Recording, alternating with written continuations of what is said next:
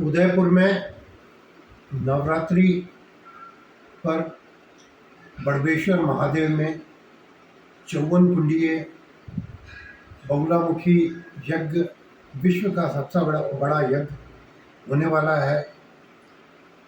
इस संबंध में हमने पूर्व में भी जो आयोजक चतुर्मास कर रहे हैं, सनातनी चतुर्मास कर रहे हैं, दिगंबर बाबा कुशाल सिंह महाराज जी, उनसे बात की थी। कुशाल महाराज जी ने भी उस बारे में बहुत कुछ बताया था। और स्पेशली कामाख्या के संत पोलाचार्य माई बाबा इस आयोजन को कराने के लिए उदयपुर पधारे हैं। माई बाबा ने पिछली बार जब हमसे साक्षात्कार में बात की थी तो उन्होंने बहुत सी चीज़ें बताई थी जिसको हमने अपने चैनल पे दिखाया भी था। मगर बहुत सी बातें और बहुत सी इंक्वायरी मेरे पास आई, जिस चीज़ के लिए कामाख्या देवी जानी जाती है, मानी जाती है, पूरे विश्व में पूजी जाती है, वो क्या चीज़ है? क्यों लोग कामाख्या देवी के पुजारी हैं?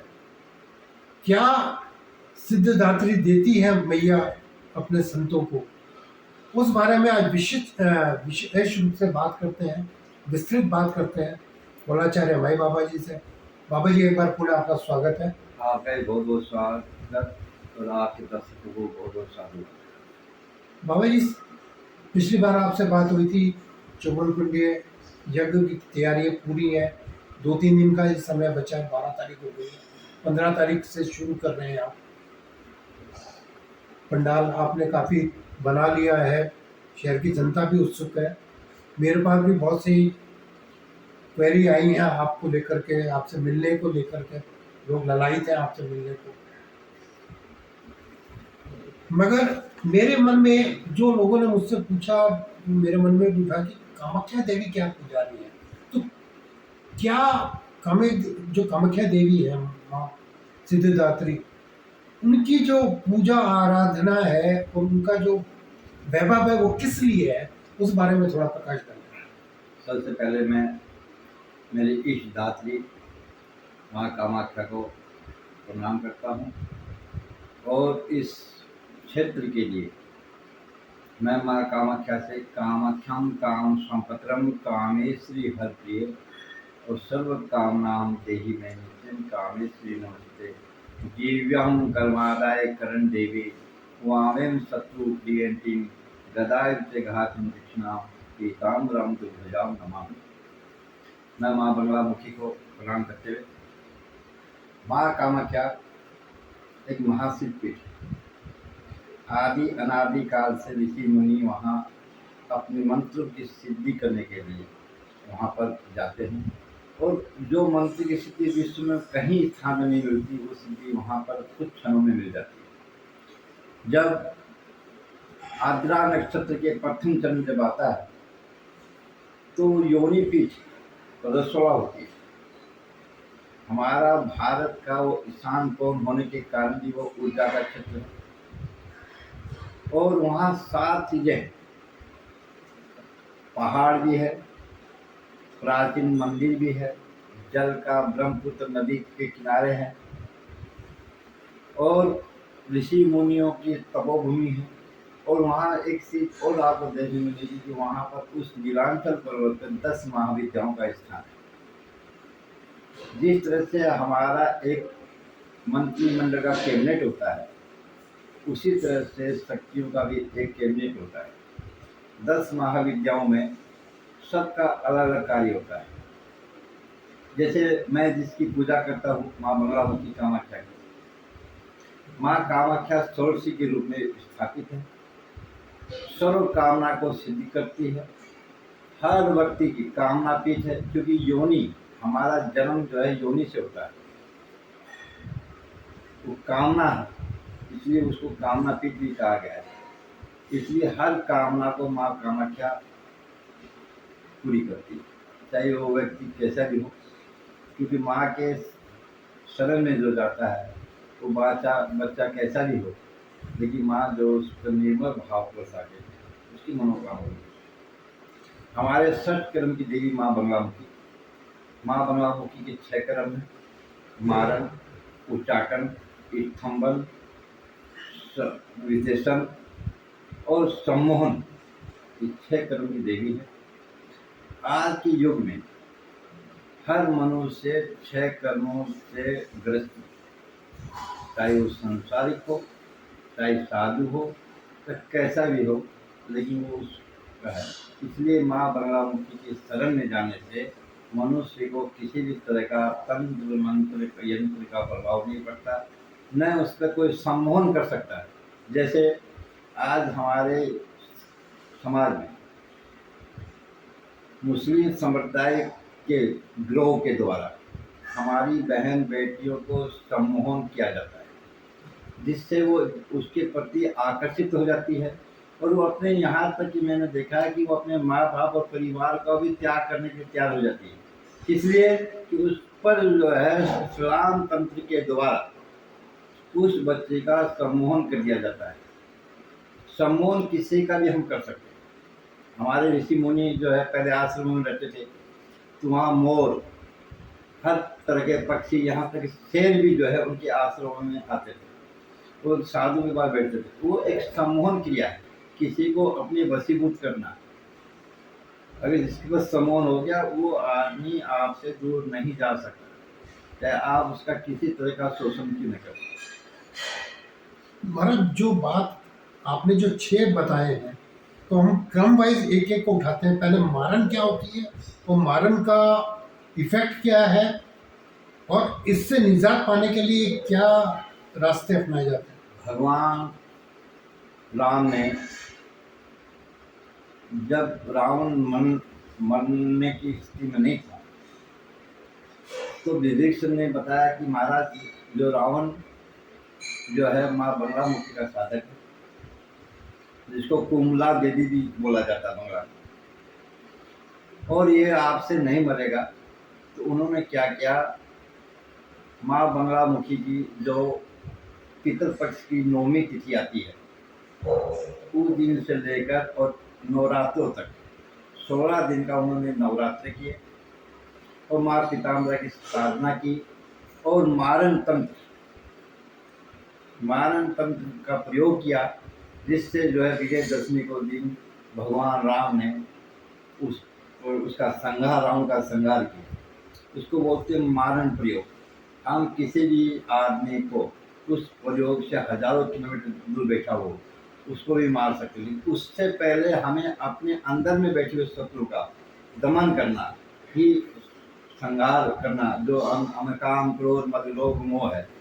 पहले बंगला साधक के अंदर के बैठे हुए शत्रु का नाश करती है, फिर उसके बाहर के शत्रु का नाश। एक चीज़ मैं आपको और बताता हूँ कि माँ बंगलामुखी का जो भी साधक है, उसकी कोई शत्रु नहीं होती, और जो शत्रु होंगे भी तो सिर्फ उसका निंदा करने पर भी उसका संहार अपने आप हो जाता है, चाहे वो धन के रूप में संहार हो, चाहे उसके रोग के ग्रस्त संहार हो, लेकिन उसका संहार निश्चित है। आजकल आप देखा जाता है कि आजकल कुछ लोग जो है पैसा लेकर जो है मारण प्रयोग कर देते हैं, वो अज्ञानी लोग, जिसको, क्योंकि वो अधूरे गुरु, क्योंकि ये सब चीज़ तभी सामर्थ्य हो सकती है जब आपको सच्चे सदगुरु की सानिध्य प्राप्त होगा, तभी आप ये चीज़ संभव कर सकते हैं। हर मनुष्य ये कर नहीं सकता। पूरे विश्व के अंदर में माँ बंगलामुखी के बहुत कम साधक हैं। जो कोलाचार है, और कोलाचार की मुक्ति निश्चित है। कोलाचार से बढ़कर कोई चार तंत्र नहीं है। जो कोलाचार को अपना लिया, उसको जिंदगी में कुछ अपमाने प्राप्त करने की जरूरत नहीं, सब कुछ उसके ऊपर चढ़ाता है। तो मारण प्रयोग है, हम हजारों किलोमीटर बैठे हुए भी हम कर सकते हैं। एक बार आपने सुना होगा, मध्य प्रदेश के अंदर बंगला पीताम्बरा पीठ है, वहाँ पर एक, अपने जब देश में हिंदुस्तान और पाकिस्तान का बहुत बड़ा युद्ध हुआ था, उसमें उस महात्मा ने माँ बंगलामुखी की साधना करके उस पाकिस्तान, दुराचारी पाकिस्तान को सबक सिखाया था, और हम विजय प्राप्त किए थे। और कितने लोग पाकिस्तान के जो है मारे गए थे, दुराचारी लोग, 99,000 अरेस्ट हुए थे उस समय। हाँ, तो उसमें वो बंगला के प्रभाव से ही मानव प्रयोग किया गया था, जिससे हमें विजय प्राप्त हुई थी। तो मानव प्रयोग इस तरह का होता है, इसमें कोई संशय नहीं और किसी तरह का संकोच नहीं होता है। आदमी का पता नहीं चलता कि कैसे उसका प्रयोग हो। उच्चाटन क्या चीज है? उच्चाटन कैसे होता है? कैसे निजात मिले देखिए, इसके लिए? हर चीज की 6 कर्म है, 6 कर्मों की अलग अलग सामग्री होती है, अलग अलग मंत्र होते हैं, अलग अलग साधना होती है। जैसे पंचमकार साधना, पंचमकार साधना से ये चीज पॉसिबल है, साधारण साधना से नहीं। साधारण साधना होगी वैष्णव साधना, उस साधना से आप सिर्फ कृपा प्राप्त कर सकते हो, लेकिन प्रयोग नहीं कर सकते। ये भी सत्य है, इसमें कोई भी संशय नहीं है। उच्चाटन जो है, उच्चाटन हो गया कि आप जैसे कभी कभी आपका होता है कि आपका मन घबरा जाता है, अधिक पसीना आना, उच्चाटन आना, सोचते कि कहीं भाग चले, हम आत्महत्या कर ले, ये एक उच्चाटन, किसी भी उच्चाटन कर सकते हैं आप। तो ये मंत्र प्रयोग के द्वारा उच्चाटन की क्या होती है, उच्चाटन किसी भी तरह का हो सकता है। घर से भाग जाना, ये भी एक उच्चाटन है। आत्महत्या का मन में विचार आना, डिप्रेशन, ये भी एक उच्चाटन है। तो इस तरह को जो हम उच्चाटन कहते हैं। उच्चाटन से निजात कैसे मिलती है? कैसे क्या है? उच्चाटन से निजात मिलती है कि सच्चे सदगुरु की शरण में जाने से। उस जो प्रयोग किया हुआ उसका जब तक तोड़ निदान नहीं होगा, जब तक उच्चाटन नहीं करेंगे। तो ये उच्चाटन भी एक लंबी प्रक्रिया है करने के लिए? नहीं, प्रक्रिया करने में कोई प्रक्रिया नहीं है और न उसका प्रयोग तोड़ने में कोई प्रक्रिया है। अच्छा। केवल अच्छे साधक के पास में जाने से। जी। देखिए, ये चीज पैसे से काम नहीं होता। बहुत से लोग लोग देके इस तरह को कार्य करते हैं, तो पैसा लेने वाला कभी भी आपका निदान नहीं कर सकता। हमने कभी भी आज तक इस ऐसे दुखी लोगों को निकालने के लिए कभी भी पैसे का इस्तेमाल नहीं किया। हम समाज के लिए एक उदाहरण है कि हम बिना पैसा, किसी का घर बर्बाद हो रहा है तो बिना पैसे, बिना सामग्री के हम अपना सामान लगा के उसका निदान करते हैं। करने वाली भगवती, हमारा पूरा प्रयास रहता है कि उसको हम उस चीज से छुटकारा कर दे। तो मंत्र शक्ति ऐसी शक्ति है जिसके प्रभाव से हर चीज जो संभव है। मारण, उच्चाटन, सम्मोहन। सम्मोहन के लिए महाराज श्री ने स्टार्टिंग में ही बता दिया था कि आज जो लव जिहाद भारत में फैला हुआ है उसमें सम्मोहन विद्या बहुत ज़्यादा यूज़ की जा रही है, जिससे हमारे भारत की सनातनी बहन बेटियों को बहुत ज़्यादा प्रभावित किया जा रहा है। सम्मोहन के बारे में महाराज से वो बात करेंगे।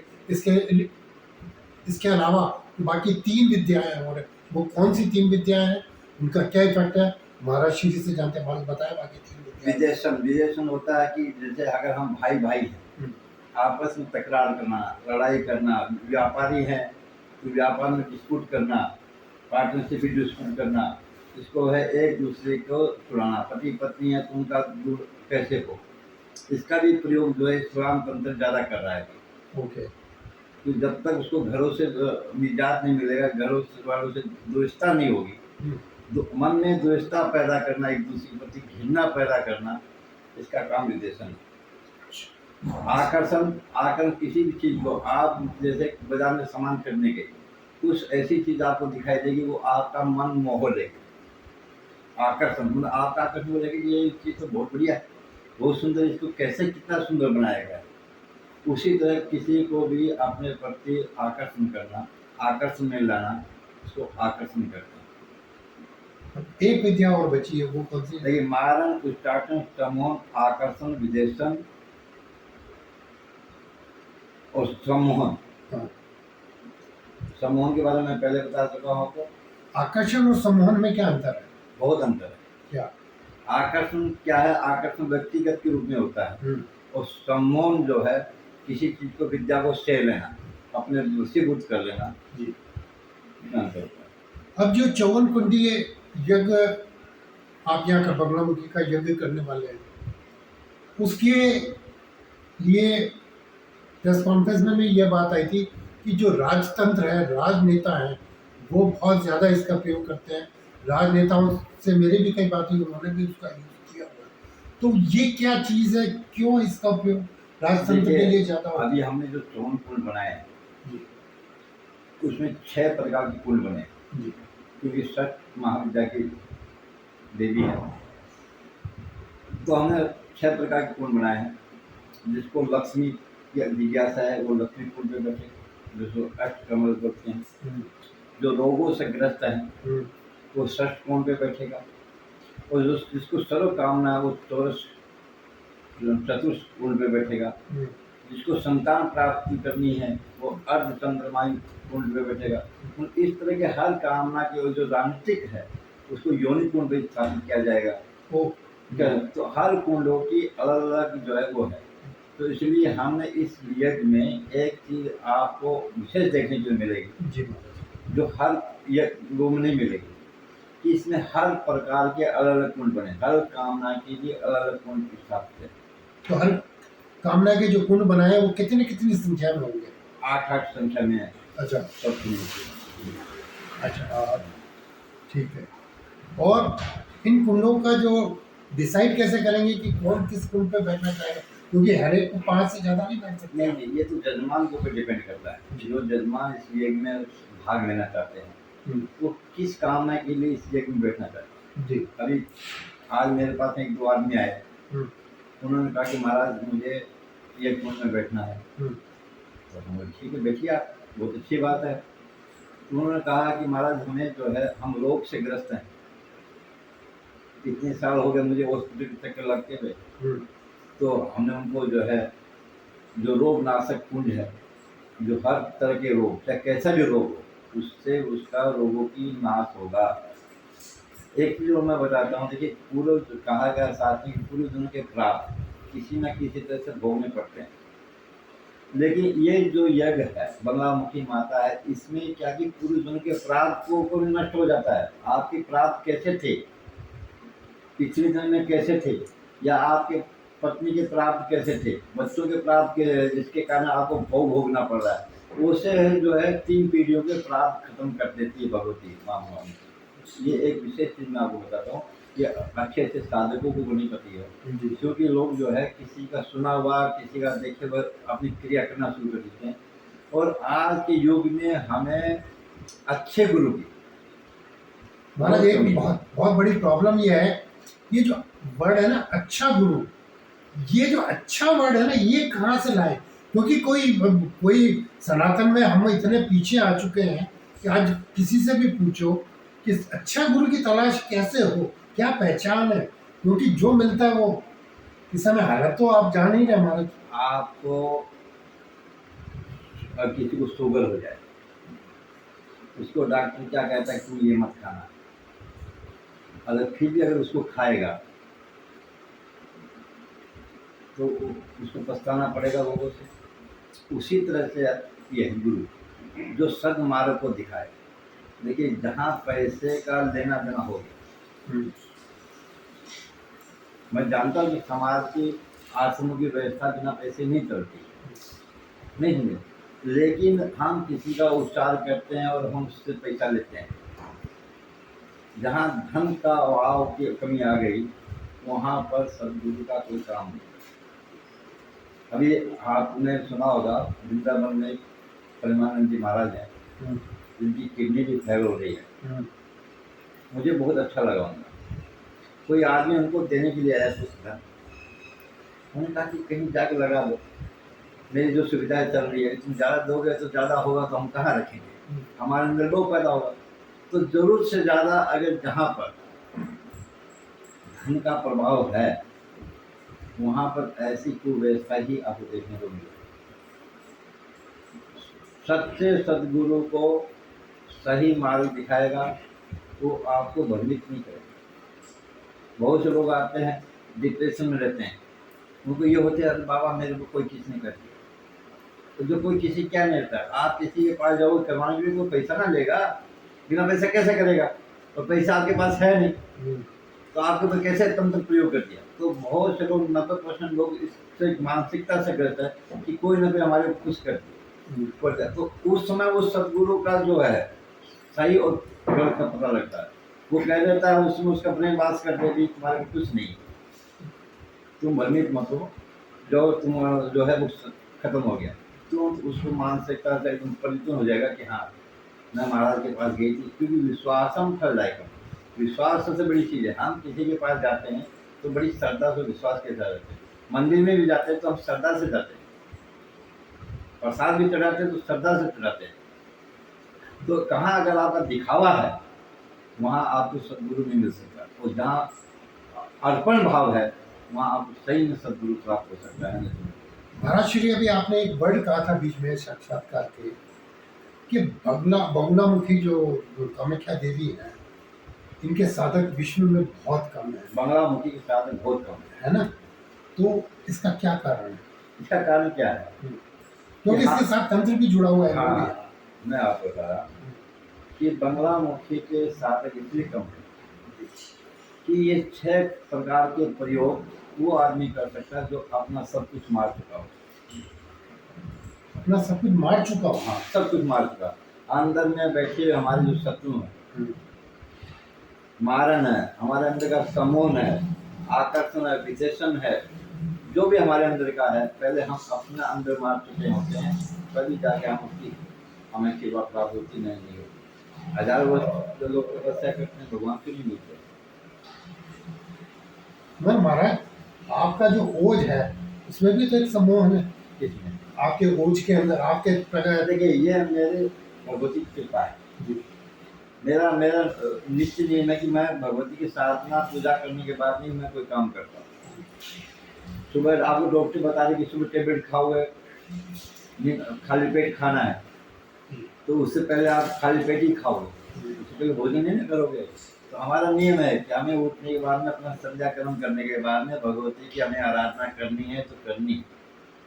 हम उस पर डिपेंड है, वो हमारे साथ से नहीं चल रही, हम उसके साथ चल रहे हैं। और एक बात मैं आपको और बता दूं, मैंने एक चीज जिंदगी में सीखा, या तो किसी के बन जाओ या किसी को अपना बना लो। या तो किसी के बन जाओ या अपना बना लो। तो हमने उसको बना रखा, वो हमने बना रखी जी। इसलिए तो जब तक इसकी कृपा है ये आनंद ही आनंद है। महाराज, एक बात दिगंबर महाराज श्री विशाल सिंह जी ने कही थी कि आप क्योंकि बगुलामुखी के उपासक हैं, कामाख्या देवी 4 महीने जाके रहते हैं, अगर किसी घर में आपके चरण पड़ जाए तो ये जो 6 भी जो तरह का जिसका मैंने विश्लेषण किया वो अपने आप खत्म हो हमारे जाए। गुरुओं का बताया हुआ है जी कि माँ बंगलामुखी के साधक जहाँ भी जाते हैं वहाँ तंत्र मंत्रों का कोई प्रभाव उस घर में कभी कभी नहीं कर सकता। और ये सत्य है। जब मैं पहली बार अपने गुरु से दीक्षा लेने गया तो मेरे गुरु ने मुझसे ये पूछा, क्या तुम इसका व्यापार करोगे? इस साधना के लिए मन दीक्षा ले रहे हो या व्यापार करने के लिए?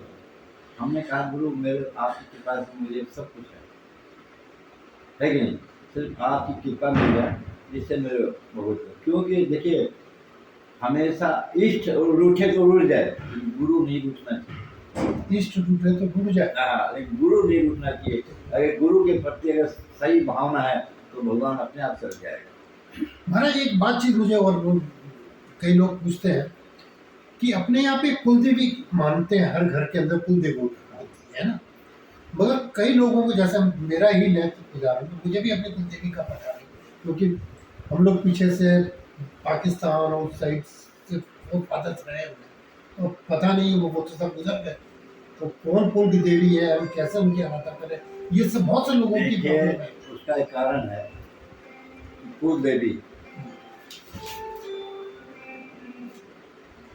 कुल देवी जो है सबकी कुल देवी होती है, हमें तो पता नहीं है।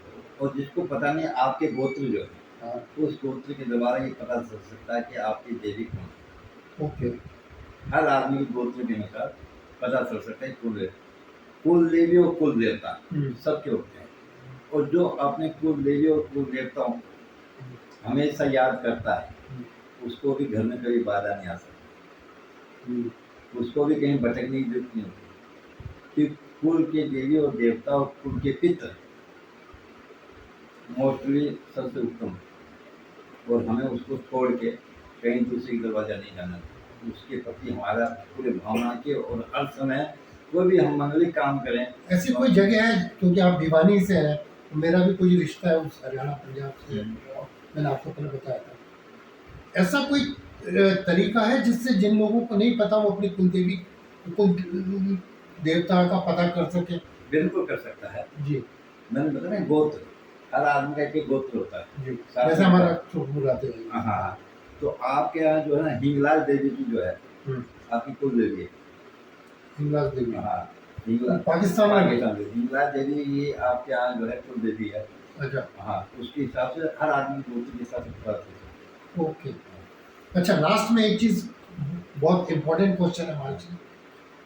बगुलामुखी की आराधना एक आम आदमी कैसे करे, ये जानना सबसे ज़्यादा जरूरी है, ताकि वो जो चाहता है, वो जो उसकी मन की इच्छा है वो पूरी हो सके।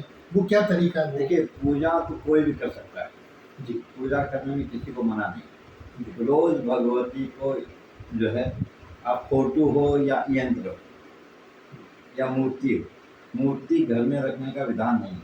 नहीं, मूर्ति घर में रखने का विधान नहीं है। तो आप फोटो भी अगर है और या यंत्र, हम तो कहते हैं फोटो भी मत रखिए, यंत्र रखिए। यंत्र पे रोज हल्दी का पाउडर चढ़ाइए, माँ को तिलक कीजिए और खुद हल्दी का तिलक लगाएं और भगवती को पीला ही भोग लगाएं, पीला ही फूल चढ़ाएं और हल्दी की माला से आप कुछ भी नहीं कर सकते। ओम हलीम नमः, ओम हलीम नमः, ओम हलीम नमः का भी अगर जाप करते हैं तो मेरी गारंटी है आपके घर में किसी भी तरह की बाधा उत्पन्न नहीं हो सकती। ये मेरा एकदम स्टाम्प लिख मैं दे सकता हूँ। महाराज परसों 15 तारीख को, अब 2 दिन बच गए हैं। लोग इस हवन का कैसे फायदा उठा सकते हैं, कैसे आपसे कांटेक्ट कर सकते हैं, कुशाल सिंह जी महाराज से कैसे इसके लिए क्या करना पड़ेगा? इस यज्ञ में आप अगर नहीं भी बैठ सकते हैं तो आप कम से कम 8 परिक्रमा इस यज्ञ की करें। और इससे ज़्यादा कर सकते हैं तो 108 भी कर सकते हैं, 54 भी कर सकते हैं। जितनी भी ज़्यादा परिक्रमा करें आपको यज्ञ का फल मिल सकता है। इसलिए परिक्रमा का बहुत बड़ा विधान है। ज़्यादा से ज़्यादा परिक्रमा करिए। अगर यज्ञ में बैठने में आप सामर्थ्य नहीं है, सक्षम नहीं है। और हमने एक और भी किया है, जिस आदमी के पास में धन भी नहीं है, हमें नहीं चाहिए, अगर उसकी बैठने की जिज्ञासा है उस समय में, तो उसका स्वागत हम इस यज्ञ में आहुति देने के लिए बैठाएं। ये थे महाराज श्री कोलाचार्य माई बाबा, जिन्हें सिद्धि प्राप्त है। स्पेशली उदयपुर वासियों को लाभ देने के लिए आप पधारे हैं। अब ये जनता पर निर्भर है कि वो इनका कितना लाभ उठा सकती है इस हवन के दौरान, इस यज्ञ के दौरान। और हमने जो जितना हमारी समझ थी, हमने जानने की कोशिश की कि बगुलामुखी की कैसे आराधना की जाती है, कौन कौन से जो 6 प्रकार के विद्याएं हैं वो कौन सी हैं, क्या उनका हल निकाला जा सकता है। हवन के दौरान एक बार फिर हम महाराज जी से बात करेंगे और हवन कैसा चल रहा है शहर में और लोगों ने कैसे इसका लाभ उठाया वो भी अब तक पहुंचाएंगे। महाराज श्री आपका बहुत बहुत बहुत साधुवाद। जय माता दी, जय माता।